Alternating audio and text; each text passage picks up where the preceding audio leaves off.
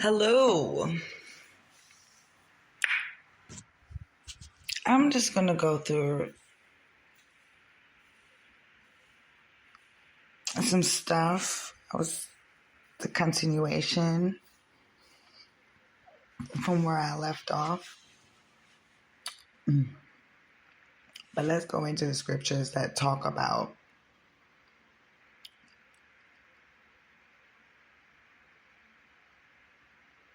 why the Ten Commandments is important. It's helping you in many ways, highly significant about how it's good for you. The law is good for you.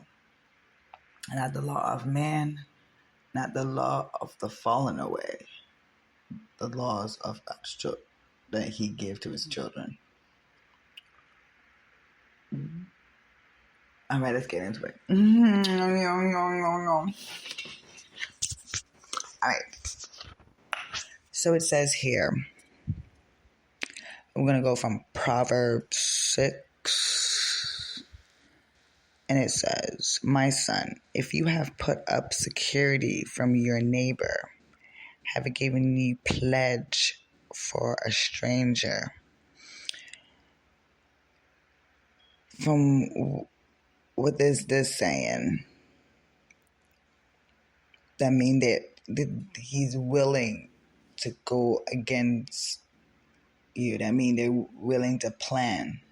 Pledge, meaning they say in themselves that they will do it. Like, it's like a determination that it's a plan that it needs to be done. Like when somebody say, "I pledge allegiance," I mean they it's in their duty. Yeah, it's their duty to do it. So it's saying if your neighbor put it in their self as a duty to go against you with somebody who don't even know you. It's a stranger to them. Might not be for you. But they're willing to do that. That means they're willing to strive against you. They're willing to go against you. Okay. Mm-hmm. If you are snared in the word of your mouth and caught in the words of your mouth, you're caught up in a lie. If you're snared in the word by your mouth and caught in the words of your mouth, that means you out there lying, just lying, but you're caught up in your lie. Or you're snared in your words. Your own words affect you. Yeah. Then do this, my son, and save yourself. For you have come into the hands of your neighbor, who hasten and plead urgently with your neighbor. That means they're willing to go at all means to go against you. So if you know that is happening, make haste to stop,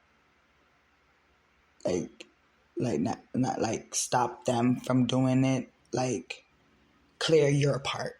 Like, if you and somebody's is fighting and arguing, clear your part. Like, go to them and talk to them about it. Clear your part. Hastily and do that. Give your eyes no sleep and your eyelids no slumber. Save yourself like gazelle from the hand of the hunter, like the bird from the hand of the fowler. Basically what I just say, go and make peace with this person, because what they strive against you is not just to take harm on you, not just to take from you or give harm. It's like destruction. They're willing to kill you, like what they say right here. A gazer from the hand of a hunter. They're willing to kill you. They're willing to put you in harm's way. So if you know someone is strive up against you, your enemies, anything, make haste to make peace with them. Make sure you are clear. You are clear from whatever that is, because they can come at you to harm you. So, like, stop it from turning into malice. You know what I mean? Grudge, envy. Right. All right. Now, next verse. Go to an ant, O slugged. Or like sluggard. Consider her ways and be wise. Without having any chief, officer, or ruler.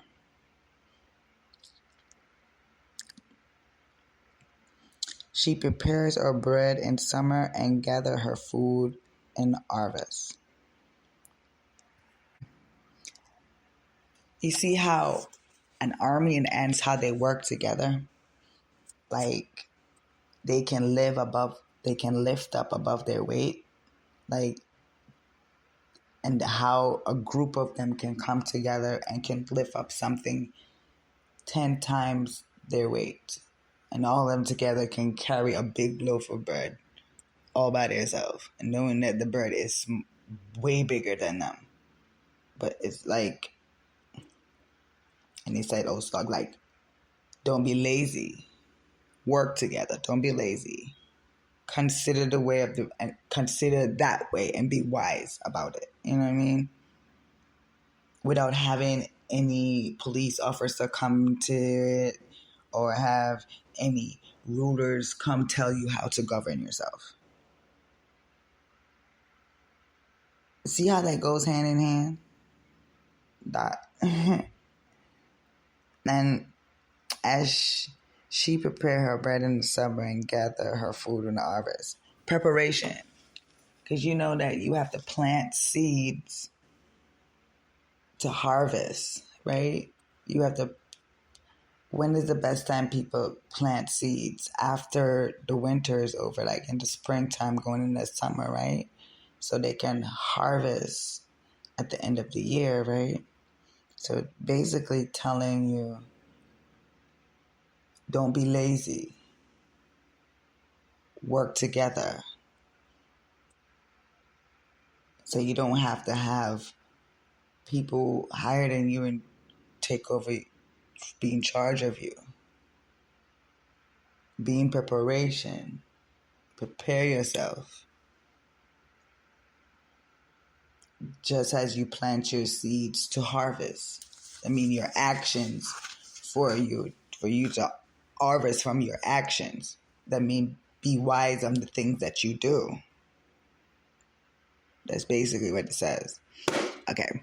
How long would you lie there, O slugged? When will you rise up from your sleep, a little slumber, a little folding of the hands to rest, and poverty will come upon you like a robber, and want like an armed man. So it says here, like, how long are you going to be in your ways? Stay sleep in your ways. Like, you're not willing to wake up from what you're doing. Like, it's time to wake up from what you're doing. Don't see what you're doing. All right? See what you are doing. A little sleep, a little slumber. Like,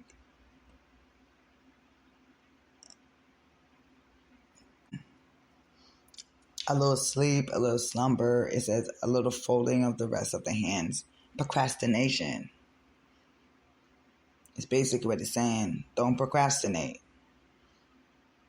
Don't say put off today, don't put off what you can do today for tomorrow. Take care of it now. Like when he says, a little folding of your hands to rest. Like, if you know you can do it now, do it. Don't wait. And that's something I'm learning now. Like, don't put things off. Do it now. Like, that's what he's saying, preparation. And he says, the poverty will come upon you like a robber, that want like an armed man. That means they're going to steal it from you.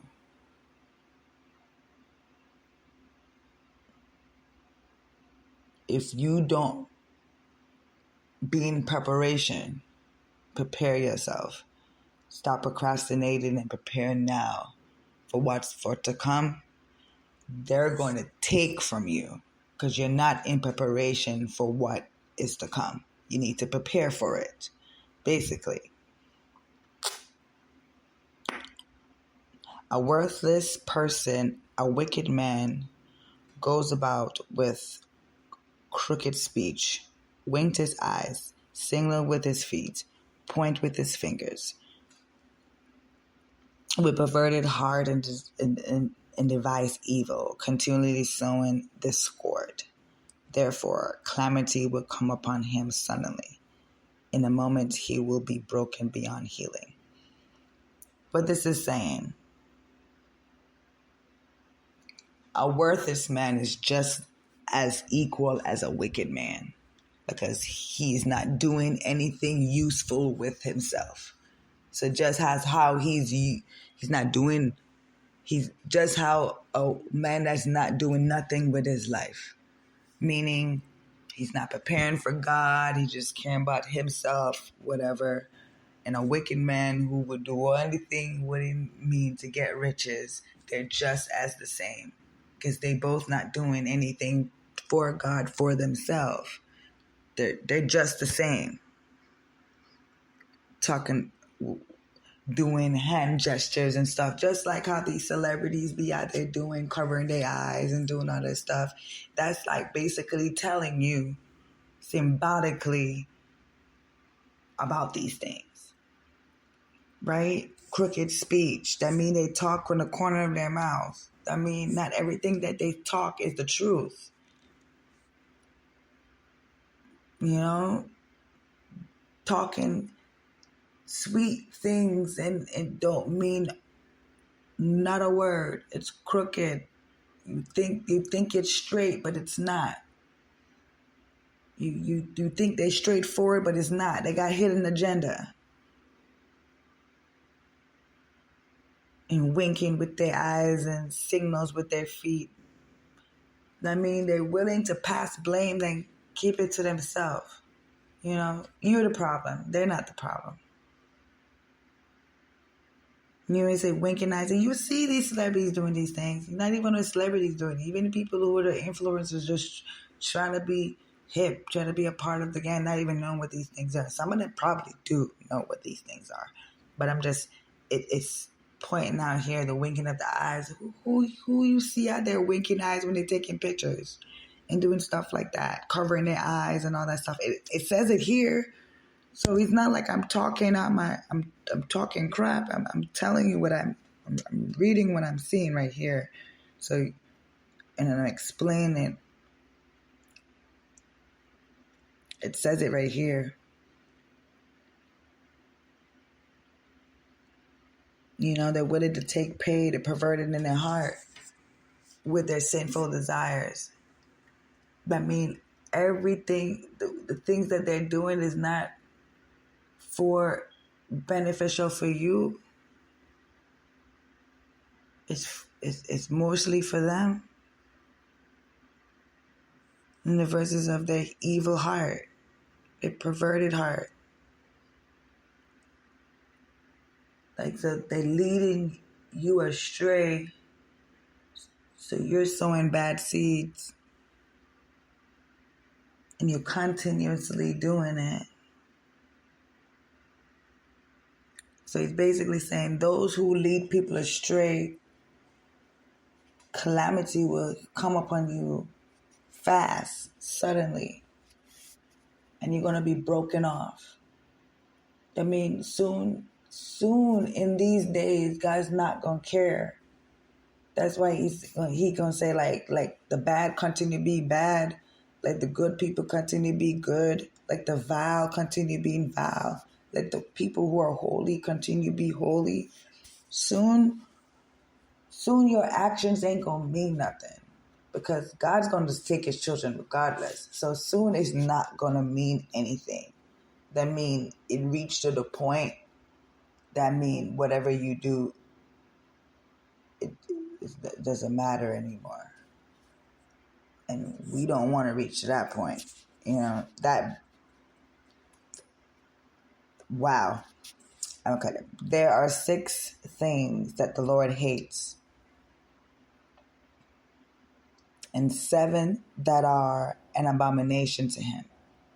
Hasty eyes, like your red eye, or you want to steal, people who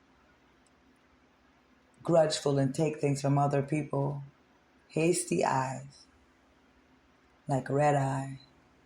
I want what you got, and don't care how you got it, but I just want it.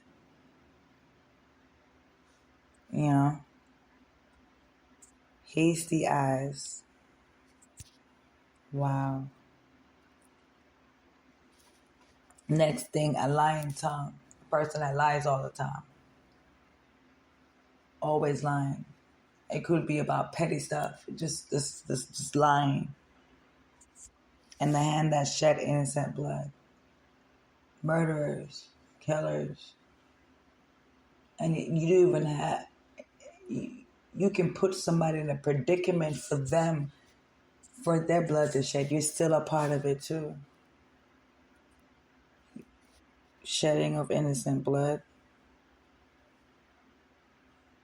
And the heart that desired wicked plans. I don't have to explain that.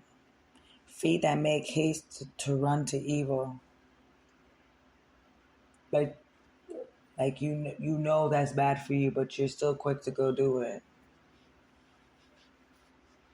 Like you go to places like you know it's bad for you.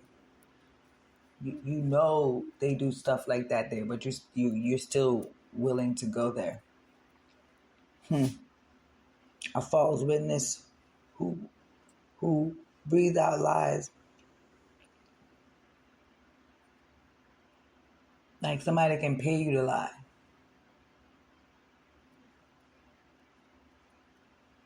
Somebody can pay you to lie. Wow. And you can go deeper than that. You never seen anything, but you say you saw something and just went to lie. Like it goes many ways. How deep that can go. And the one who sow discord among brothers. Well, you're not being your brother's keeper. You will lie on him. You steal from him. You won't correct him. Lead him in the wrong path. Like anything that you're not leading your fellow brethren into a good place or good headspace. If you're not doing that, that means you're hindering. I mean, you're sowing bad seeds. You're not helpful. Let's continue. My son, keep my father's commandments and forsake not your mother's teachings. It says it here. Keep the 10 commandments. Keep the 10 commandments and all the things that your mother raised you up, teaching you. I mean, no matter what, your mother could be the worst of the worst. You still have to still respect her. Because at the end of the day, that vessel brought you here. Respect her.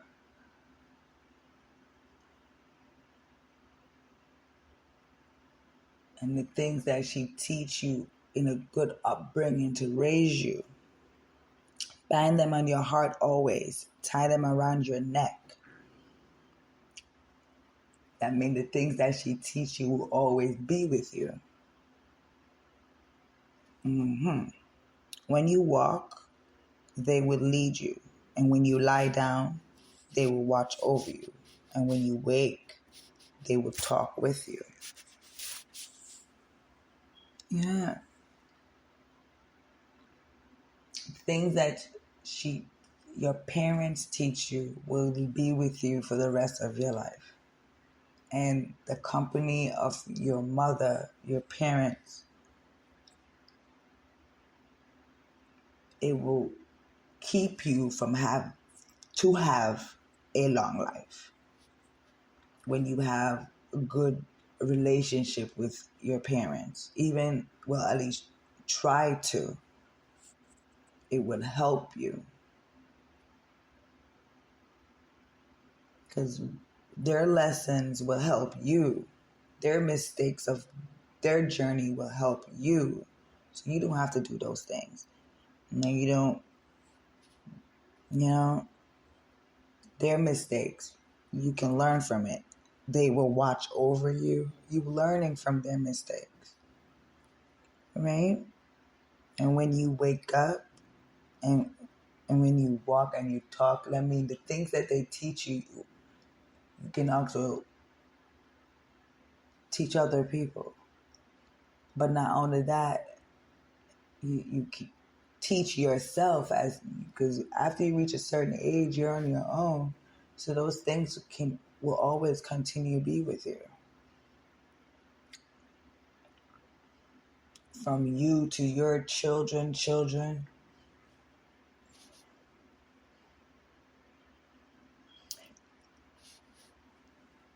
So basically, as you learn the Ten Commandments and the teachings from your parents, you walk with those things and you pass those things on to your children. So they too know the teachings from your mother and the Ten Commandments from God. For the Ten Commandments is a lamp and the teaching a light, and the reproof of discipline are the ways of life. So basically it's going to teach you how to live your life. Teach you how to live right.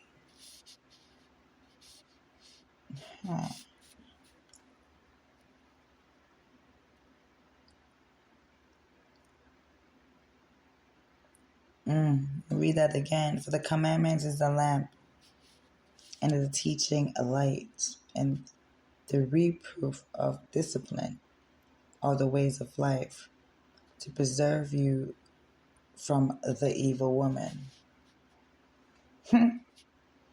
From smoothing tongue of adulteries. Do not desire her beauty in her heart. So this is basically saying, don't lust with your eyes.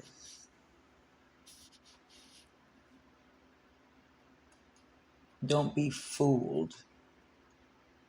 Because not everything that looks pretty is actually pretty. Not everything glitter is gold.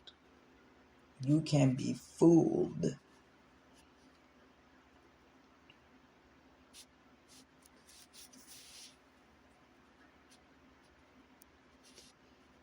You can be fooled.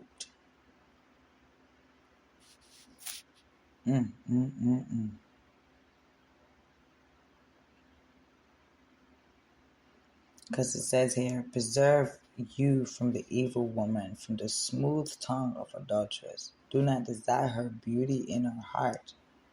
Do not let her capture you with her eyelashes, for the price of a prostitute is only a loaf of bread. It's bare minimum.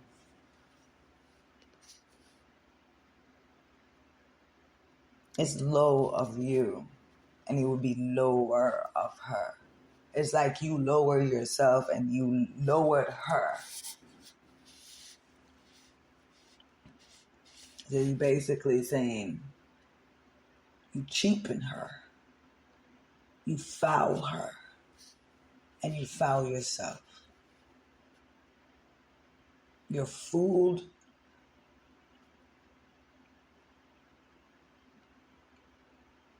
by your flesh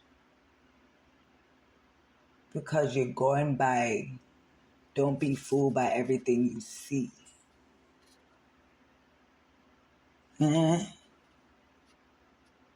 Don't let nobody sweet talk you into things that will harm you. That's like a prostitute. And now we're not just talking about just a person who sleep with people, because a country can be a prostitute. Like America is a prostitute. They sell themselves through Hollywood and the music industry. Big prostitute, big whore. America's a big Jezebel. Big Jezebel. Like, cheap. Make you less than. You were just talking about worthlessness and a wicked man. Like, don't be fooled. Don't be tempted.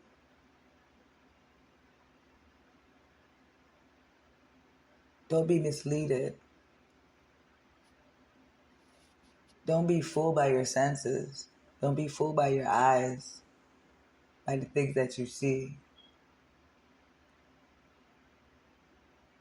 This is basically telling you it's time to wake up and build knowledge, wisdom, and understanding about what's going on.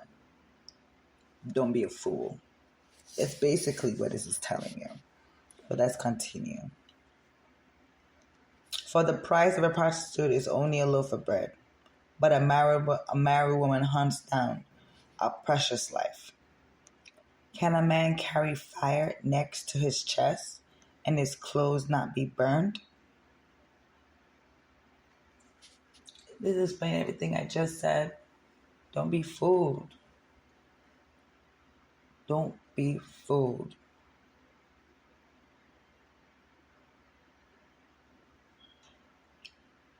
Don't be fooled. Because just how you fool with her is like a man, like a husband and wife. Not the husband cheated and then go back home to be right next to her. His guilt will burn him like a coal on his forehead. Like he's sleeping right next to a fire. Like, this is basically saying when you are fooled by certain things, not being prepared, not having the knowledge of understanding of what's going on, the depths of you will burn like coal. You know what I mean? If you are not prepared, if you are not ready, it's like when it's to come, you're gonna conscience and your spirit is gonna burn like a hot coal.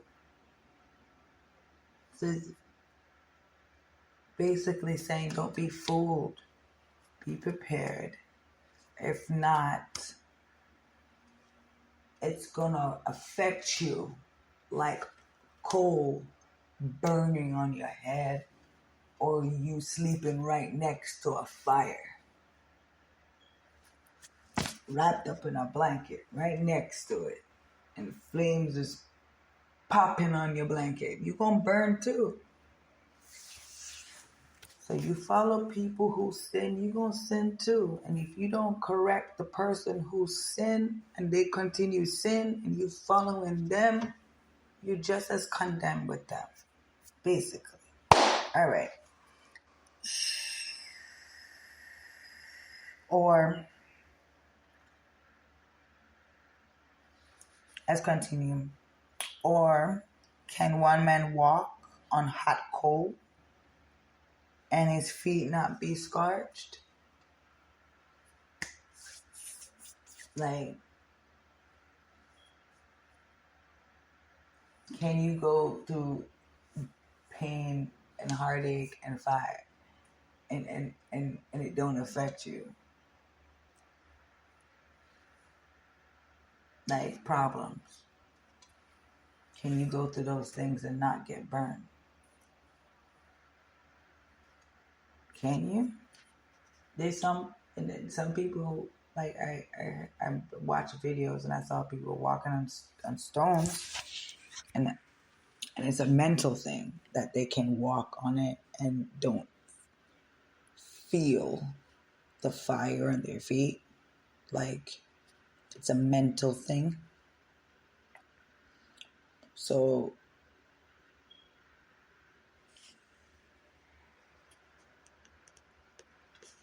it's basically saying, so you think if you're going through this, prepare the preparation, whatever, to get yourself ready for what's to come. Do you think facing all of these things, can you walk through it and face it, or you gonna get scorched by it? Are you gonna face it or get burned by it? Are you gonna mentally prepare for it, or you're gonna be affected by it?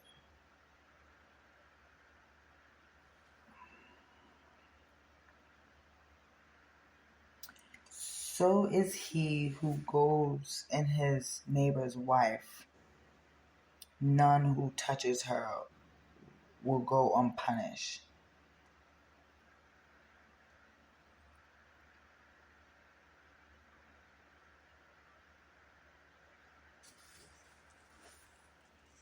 None who touches her will go unpunished.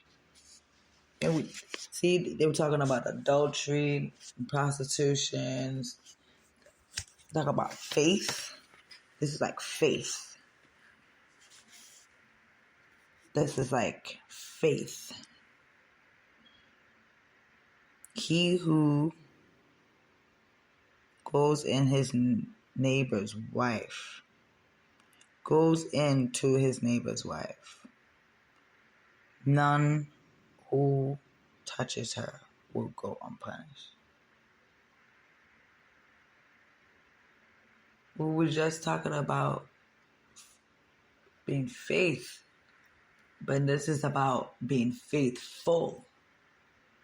All right? Be faithful. It's about faith. People do not desire a thief if he steals to satisfy his appetite when he is hungry.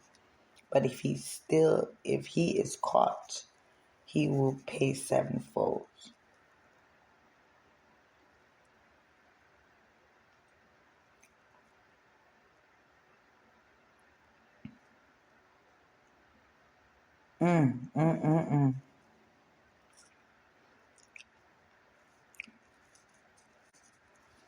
That was direct. That was direct. That is direct. It's the same thing when God says He's gonna separate the goats from the sheep. It's like the same thing.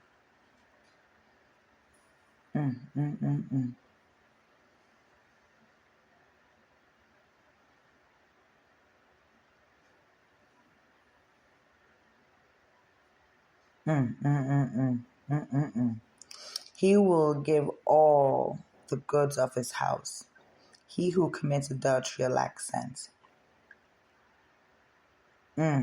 He who does it destroys himself. He will be wounded and dishonor, and his disgrace will not be wiped away.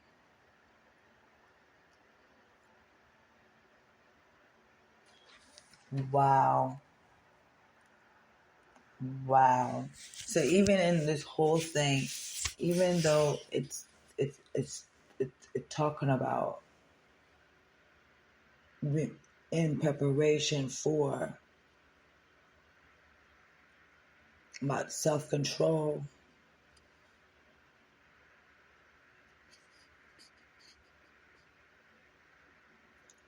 this is like preparation of the body between a woman and a man. Not saying marriage, but us preparing, because some of the greatest sins down here is adultery, fornication, sexual immortality, because it's immoral. And there's a lot of that going on in this day and age because people don't want to get married. But in the end days, it says people will be lovers of themselves. They will be looking to satisfy their flesh and their bodies more than satisfying God. But in here it says, talking about he who commit adultery lacks sense. He does not because he does it to destroy himself. Like, why would you go out your way when you are provided something and you're willing to take from somebody else to satisfy your needs and your satisfaction, but make the next person loses from what they were blessed with? You basically cutting their blessings, and you're dishonoring yourself and wounding your heart for affecting your own family, your own life, your mind, your soul, your body, and the other person's life, soul, and their body.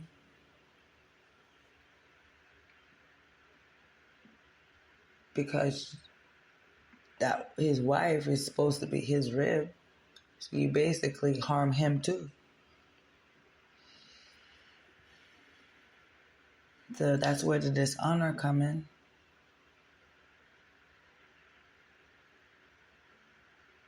And when you make a commitment between God, saying that you will honor them, is the same way when you go and baptize, saying that you will honor what you're doing. It's the same thing. It's the same thing. It's a marriage. Baptism is a marriage. It's a marriage. It's like a marriage. So the same thing when you find you a husband or a wife and you make that commitment, you're basically now one now. So if one of you go out and do something, you destroy the other persons too. Not just yourself. You destroy them too. So when we out here sinning, it not only it affects us, the body and stuff, it hurts God too. Because if he made us in his image and likeness, most likely he got feelings too. So he said he's a jealous God when he serves somebody else. So that tells you something. He has feelings. So of course this make saying that why he would dishonor you and the disgrace would not be wiped away. Like,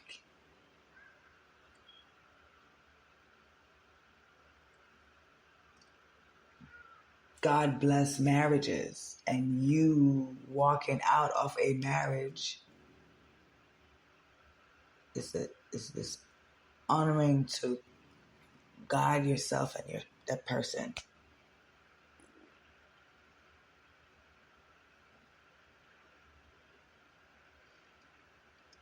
Like a commitment to God is like a marriage. Father, Son, Holy Spirit, husband, wife, and God.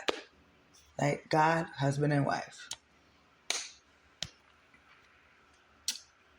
It's like a marriage, holy matrimony.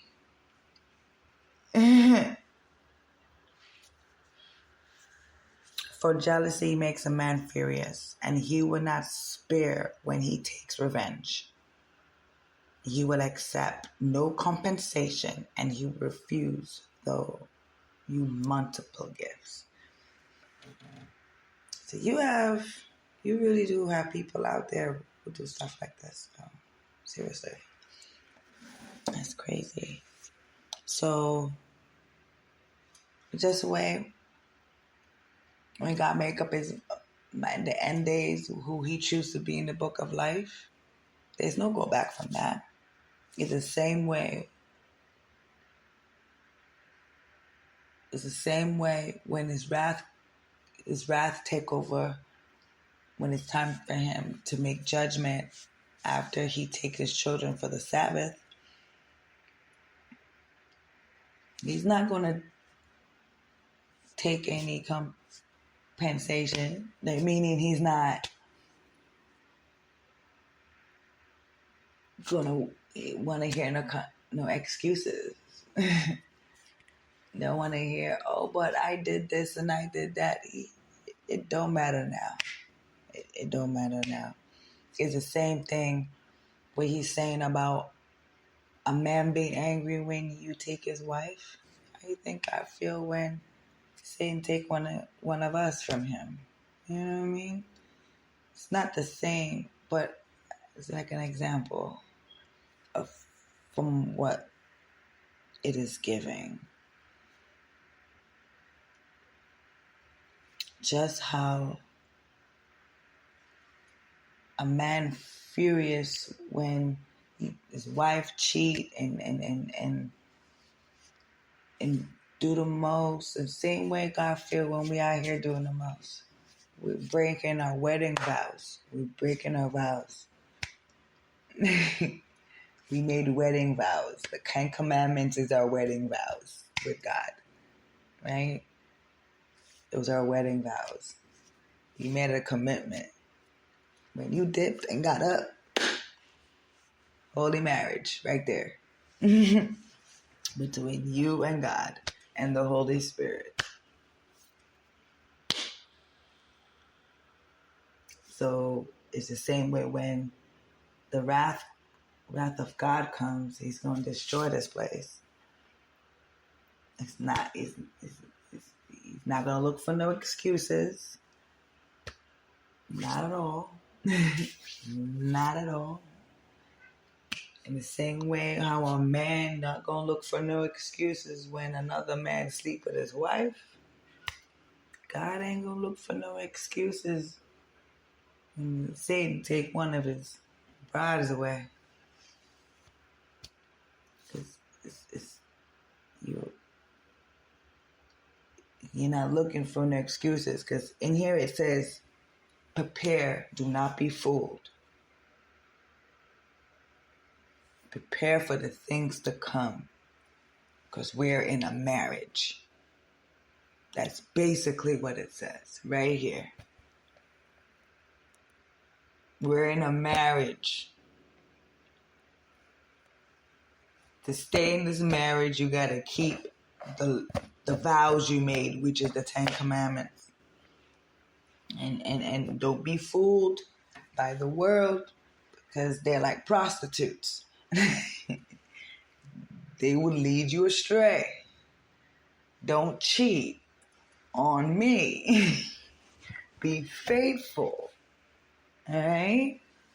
That's basically what it says. All right, let's wrap this up. I'm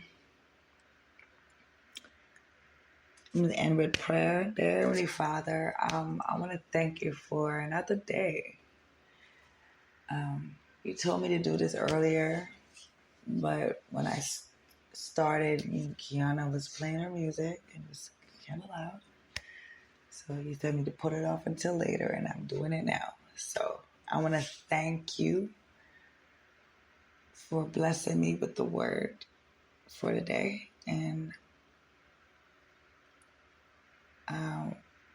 I pray that it's reached to each and every one that is needed to hear this. I pray that all your children that's in the book of life get fulfilled and that they are filled with the Holy Spirit, that they pray and fast in preparation for your Sabbath day. God, I pray that each one help one so we can unite, just as you said in the Proverbs, like ants, so we can unite together and build and be strong, be in preparation for your Sabbath. Follow our vows that we made in our marriage. When we made that dipped in baptism, we're in a marriage now. Now the 10 Commandments is our vows, and we as your brides, we have to be ready for you as the groom. And I'm thankful and grateful to understand this, and I pray that your children also understand this. And I pray that you cover them from the crown of their head to the sole of their feet. I pray that they need food, they get fed. I pray that they need water, they get something to drink. I pray that they need a word, that they are fulfilled. God, I pray for the mothers, the fathers, the brothers and sisters, nieces and nephews, uncles and aunts, nieces and nephews, far and near their God. God, I pray for the sick, the lame, the blind, the motherless, the fatherless, the suckling, the widow. God, I pray for the homeless, God. I pray for the needy in the orphanage, God. I pray for all that is in need, God. I pray a special prayer for the children, God. Where you said, let all the little children come unto you. Women and not, for such is the kingdom of heaven. For they are the gates of heaven. Because they're innocent. And I thank you so much for life, dear God. Thank you so much, dear God. Thank you so much for all things that you have given on your children and all the blessings that you have restored upon us. And I thank you for your protection. And I thank you for my child.